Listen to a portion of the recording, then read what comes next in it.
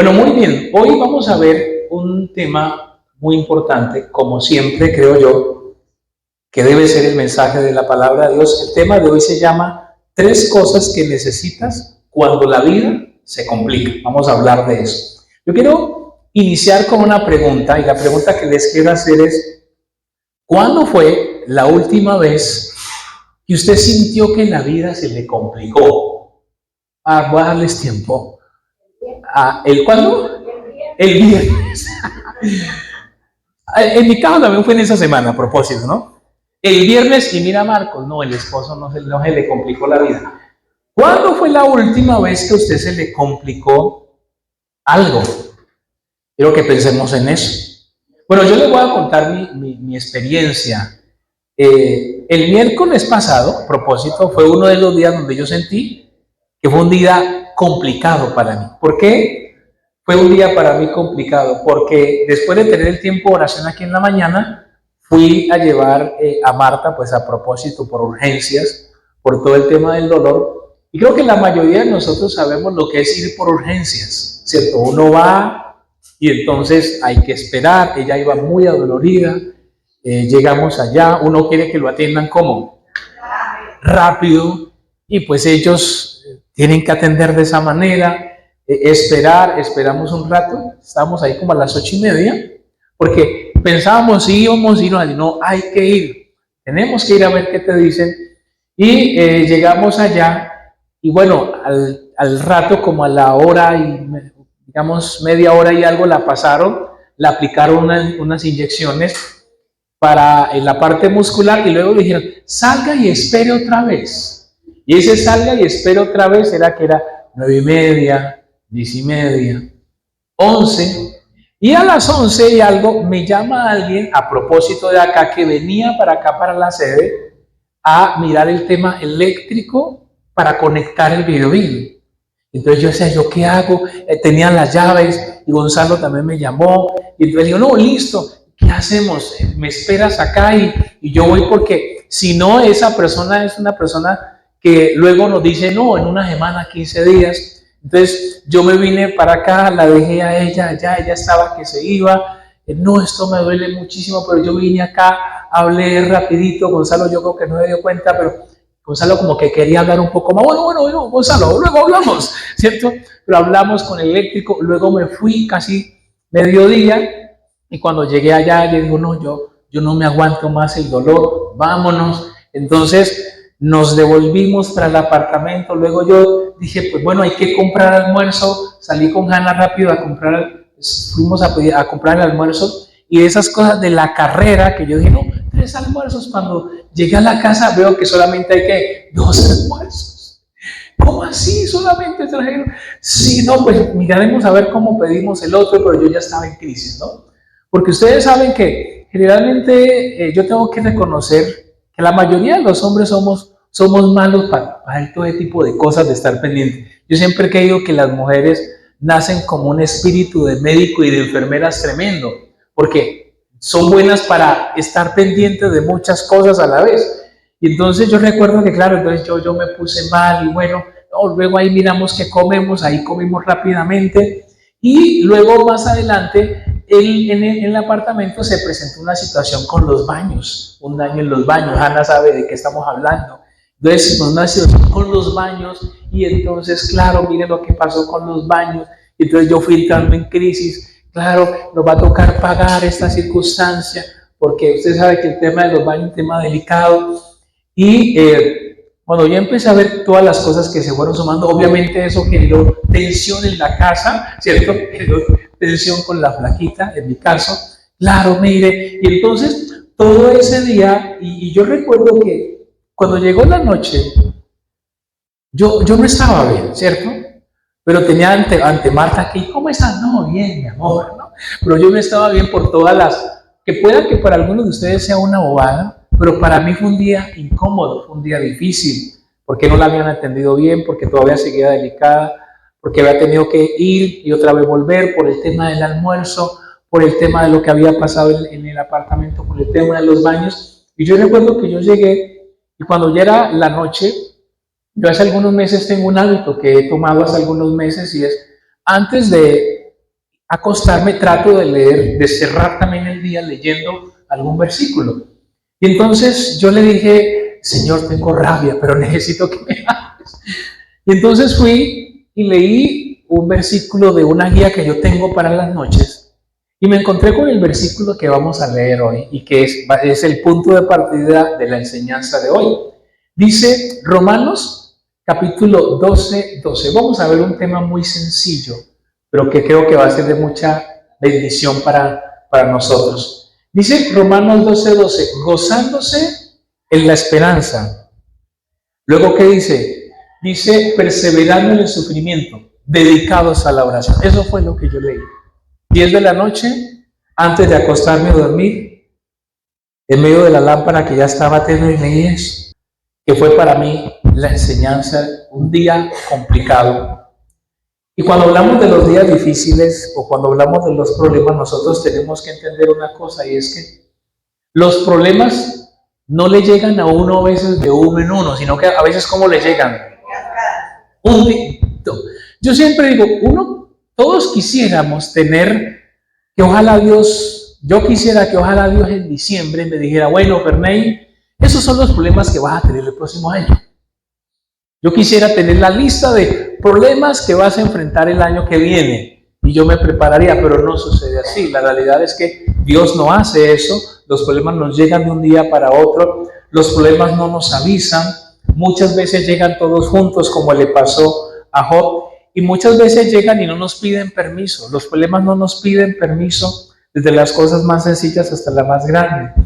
Y sobre todo cuando llegan, lo dejan a uno como con una sensación de descontrol, como que uno pierde la paz, como que uno pierde la tranquilidad. Y antes de que sigamos avanzando con este punto, es importante entender que esto nos pasa a todos, porque a veces uno cree que uno es el único que está enfrentando un día difícil, una semana difícil o un tiempo complicado. Aún si hoy es la primera vez que tú estás en una reunión como estas, pues es importante entender que todos estamos aquí porque pasamos por lo mismo, porque experimentamos lo mismo.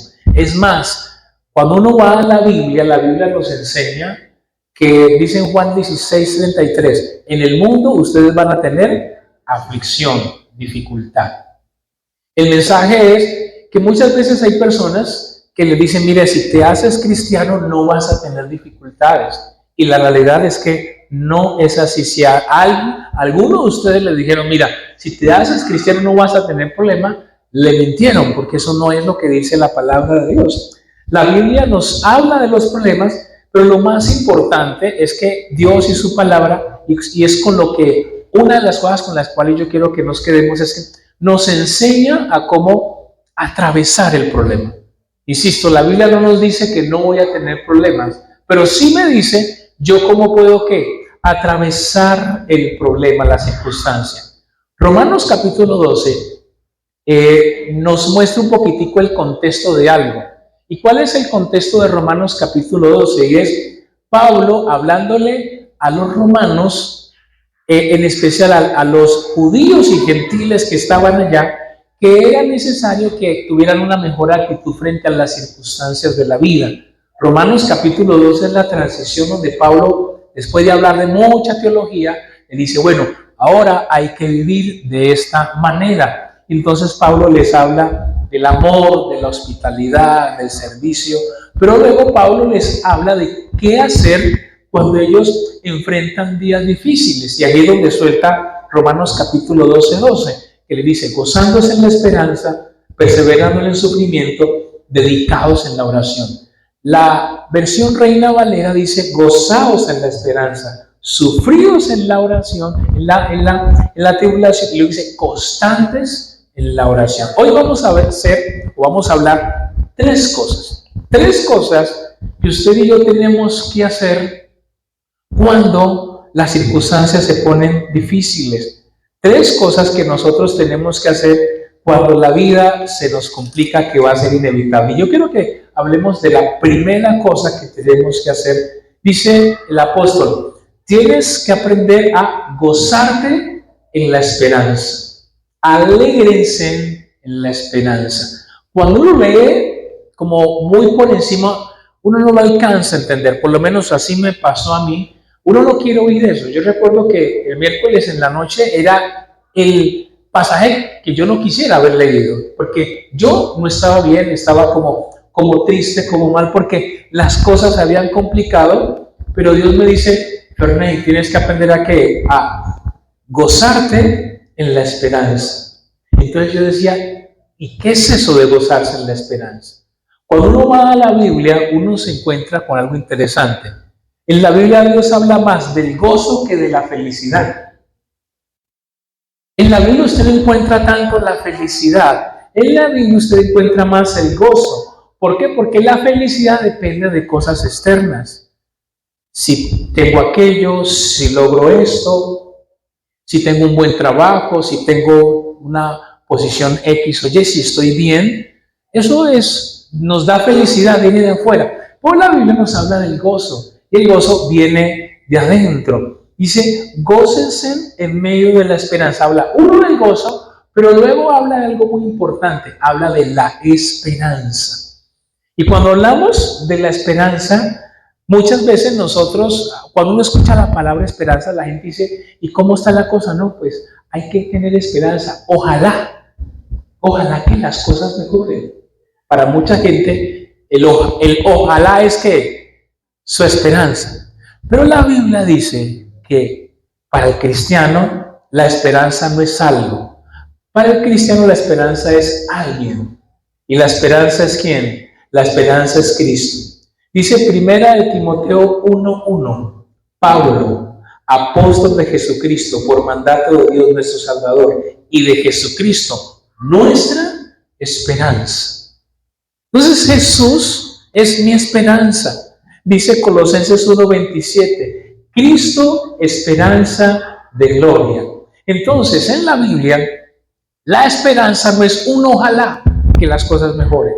Vamos a ver qué pasa. Yo espero que tengo la esperanza que, no en la Biblia, la esperanza no es algo. La esperanza está puesta en Él. Y cuando nosotros entendemos que mi esperanza está puesta en Cristo, mi esperanza no está puesta entonces en una leyenda, no está puesta en una fantasía, no está puesta en una motivación. Mi esperanza está puesta en algo que a mí me parece extraordinario, en alguien que es real, que partió la historia, el mundo en dos, y que ha transformado vidas por más de 2000 años. Esa es nuestra esperanza. Y algo que a uno lo tiene que llenar de mucha fortaleza. Si Jesús venció lo más definitivo, que es, por ejemplo, la muerte. Si Jesús venció la muerte, la reflexión entonces es, no hay circunstancia, por más complicada que parezca, en donde Dios no tenga la última palabra.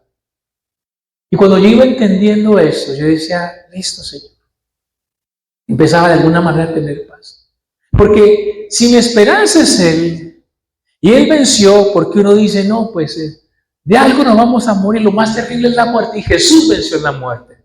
Entonces no hay circunstancia, por más difícil que parezca, por más fuera de control que parezca, que Él no pueda vencer, que Él no tenga la última palabra. La sociedad a nosotros nos dice algo cuando tenemos un día complicado, ¿no? O una temporada complicada. El mundo que nos dice, no, un ejemplo, váyase de viaje, ¿cierto? O no, ¿qué le dice? Relájese, ¿cierto? O qué le dice a uno, no, usted lo que necesita es vaya y haga un curso de alguna cosa que usted nunca ha hecho. Y la sociedad nos da esas ideas y no es que esté malo necesariamente. El tema es que si alguien no tiene el ánimo para el curso o no tiene el dinero para viajar, ¿cierto? O le cuesta relajarse, ¿qué entonces es lo que debe de hacer? Y aquí es donde entra Dios y su palabra para algo, y dice, mira, tu certeza debe ser Cristo. Cuando entonces yo he visto el proceso de estos días de Marta, de su proceso de salud, que suele hacer ella, está pendiente de muchas cosas, y que entonces ahora yo, Ana, hay que estar pendiente de esto. Y yo dice, Señor, ¿sabes una cosa? La vida de Marta está que en tus manos, mi esperanza eres tú. las circunstancias que se presentan en el día a día, los retos cuando uno dice, se presentó esto que se está saliendo de la mano. Señor, mi esperanza eres tú. ¿Y qué es tener certeza en la esperanza? La certeza en la esperanza es, imaginémonos, por ejemplo, hoy existen las aplicaciones que nos dicen cómo va a estar el clima el día siguiente, ¿verdad? Y generalmente, de pronto en Latinoamérica, y aquí que estamos en la línea del Ecuador, pues estamos acostumbrados al sol todo el día. Pero en muchos países que tienen las 4 estaciones, el tema de las aplicaciones para ver el clima es que fundamental. Casi que después de tomar café, lo primero que ven es que cómo va a ser el clima. El clima o esa aplicación nos dice, para mañana el día va a estar de tal manera. Ahora, traigamos eso a nosotros, y es de alguna manera podemos enfrentar tormentas, podemos enfrentar desafíos, pero si la aplicación espiritual del Señor nos dice, mira, hoy está lloviendo, pero mañana va a ser ¿qué? Va a ser sol. Lo mismo si en la aplicación que tuviéramos a nivel del clima, aunque hoy estuviera lloviendo, nosotros podemos decir, pero yo sé que no, o en 2 días, ¿qué pasa? El sol va a salir. De eso estamos hablando. La certeza de que Cristo es mi esperanza es entender que aunque a veces las circunstancias se ponen difíciles, Él sigue teniendo el control. Y eso a usted y a mí nos tiene que dar muchísima paz. ¿Por qué? Porque si yo permito que mi gozo depende de las circunstancias, ¿cómo voy a estar? Voy a estar en un sub y baja espiritual. Voy a estar en crisis. Claro, mi gozo va a ser muy frágil, pero si yo pongo mi esperanza en Él, entonces yo digo, Señor, yo tengo puesta mi esperanza en ti y Él es certero, Él es real. Pero lo segundo que aprendí el miércoles y que fue motivo de estudio esta semana es que luego le dice Pablo a los romanos, perseverando, ¿cierto? ¿En qué? En medio del sufrimiento. Y esta es más difícil todavía. Dice, otra versión dice, sufridos en la tribulación. Otra versión dice, firmes en el sufrimiento. Y cuando hablamos de firmeza en el sufrimiento, no es fingir que estoy bien. Porque muchas veces uno dice, ¿y cómo estás? Pues ahí. No se trata de fingir. No se trata de fingir. Dios no me está diciendo finja. Dios lo que aquí me dice es, necesitas mantenerte firme bajo presión. Firme bajo presión. Necesitas aprender a sostenerte en medio del día complicado. Para mí, ¿qué me decía el Señor? Ferné, aunque fue un día un poco complicado, tu esposa te necesita como bien. La flaquita también. Porque necesitas ¿qué? Necesitas mantenerte firme aún en medio de las circunstancias. Entonces tampoco se trata de poner buena cara, ¿cierto? No. Decir que todo está bien. No, yo cuando le tengo que decir al Señor, Señor, tengo rabia, esto me se lo digo. Pero Dios dice, pero necesito que te mantengas perseveres. Usted y yo sabemos una cosa y es, un músculo se fortalece, pero es cuando tiene carga, tiene peso. De lo contrario, ¿qué pasa? El músculo no se fortalece. Una frase dice, ningún atleta se hizo fuerte no yendo a los entrenamientos. ¿Tiene sentido o no? Y otra frase dice, no hay marineros, no existen los marineros que se hicieron en aguas tranquilas. Los grandes marineros se hicieron ¿en qué? En aguas turbulentas, en momentos difíciles. Entonces a veces uno también quiere que no, que todo esté como el mar en calma, y no es así. Entonces yo decía, Señor, ok, por aquí es la cosa. Dios entonces, de alguna manera me dice, no, mira, ok, gózate en la esperanza que es ¿quién? Cristo. 2, en medio de la tribulación, en medio de la dificultad, necesito que te mantengas como firme, porque la vida ¿qué? Sigue. Porque esto va a pasar. Porque aún eso, yo estoy convencido, yo he aprendido con el paso de los años, así suene tal vez a frase de cajón, que son esos momentos los que nos fortalecen. Son esos momentos los que luego uno mira hacia atrás y uno dice, si no hubiese pasado por esto, hoy no estaría en este punto. Ahora, es importante entender que en sostenernos en medio de la prueba, también es importante aprovechar. Dios a veces tiene personas a nuestro lado que nos ayudan en la prueba. Y también eso es importante. Muchas veces nosotros no podemos navegar solos, entonces Dios pone familia. Dios pone seres queridos. Y obviamente ahí entra ¿qué? La iglesia. La iglesia, y esa es una frase que yo he estado diciendo en esta etapa, la iglesia no es un sitio donde tú asistes, la iglesia es un sitio donde tú perteneces. No somos perfectos. Hace algunos días alguien me decía, es que yo cada que voy a una iglesia, luego me voy de esa iglesia porque veo algo que no me gusta. Le dije, no, bienvenida, aquí también vas a ver cosas que no te gustan. Siempre vas a encontrar algo que no te gusta. Siempre va a haber algo difícil. Ahora, hay cosas de que no gustan o no gustan, pero siempre, entonces, si no, siempre va a estar flotando, ¿no? Necesitas plantarte en un lugar y tratar de florecer en ese sitio. Pero de alguna manera la comunidad, la iglesia, son espacios que Dios nos usa ¿para qué? Para sostener. De alguna manera los grupos buscan de alguna manera eso. Que tengamos un espacio, que tengamos con quien contar, que podamos decir, mira, por favor, apóyeme en esta oración. Que no caminemos solos en la vida espiritual. Y eso a nosotros nos va a ayudar ¿a qué? A mantenernos firmes en medio de las circunstancias. Pero vamos a la tercera actitud que necesitamos cultivar para que nos preparemos para orar. Y la tercera actitud dice, dedicados ¿o qué? O constantes en la oración. En los días complicados, en los días difíciles, cuando vengan las tormentas, tres cosas. Primero, gózate en la esperanza, la cruz. Dos, firme y persevera en medio del sufrimiento. Tienes que seguir adelante. Y tercero, constante en la oración. Y me encanta este punto porque constancia, mire que el texto no dice, ora si quieres hacerlo. Ora cuando tengas tiempo. Ora si te parece. Es más, mire, uno muchas veces escucha esto y uno escucha que la gente lo dice, pero a veces también lo llega a decir. Viene un problema, una dificultad, la gente hace de todo y al final dice, bueno, ahora no nos queda sino orar. O sea, qué extraño, la oración queda ¿de qué? De última. Y ahora, no, pues ya nos queda sin orar.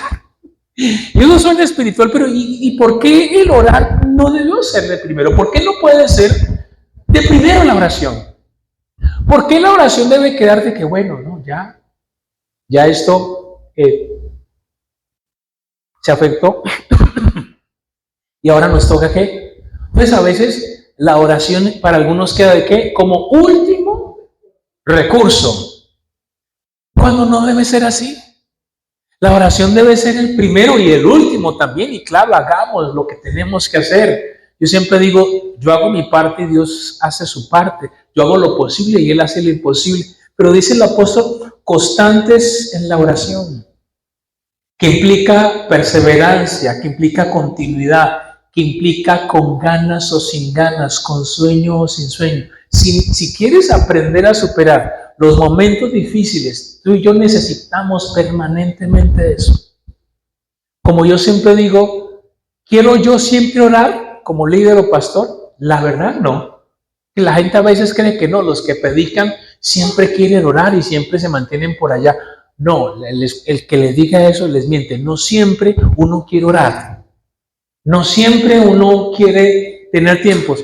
Pero hay algo que yo he entendido, pero lo necesito hacer. Por eso en la noche del miércoles, aunque estaba mal, en crisis, enojado, le dije, Señor, aquí estoy. Dime algo antes de acostarme. Me llevó a esto. Entonces, la oración familiar no puede ser el último llamado. No puede ser la oración de auxilio. El reto que tenemos es que de manera constante y permanente podamos cultivar eso. ¿Por qué necesitamos ser constantes en la oración? porque usted no sabe en el camino de la vida qué va a pasar. Y usted no lo puede agarrar la crisis bajo de batería espiritual. Usted necesita todos los días conectarse para que cuando usted tenga que hacer una llamada al Señor, usted esté bien.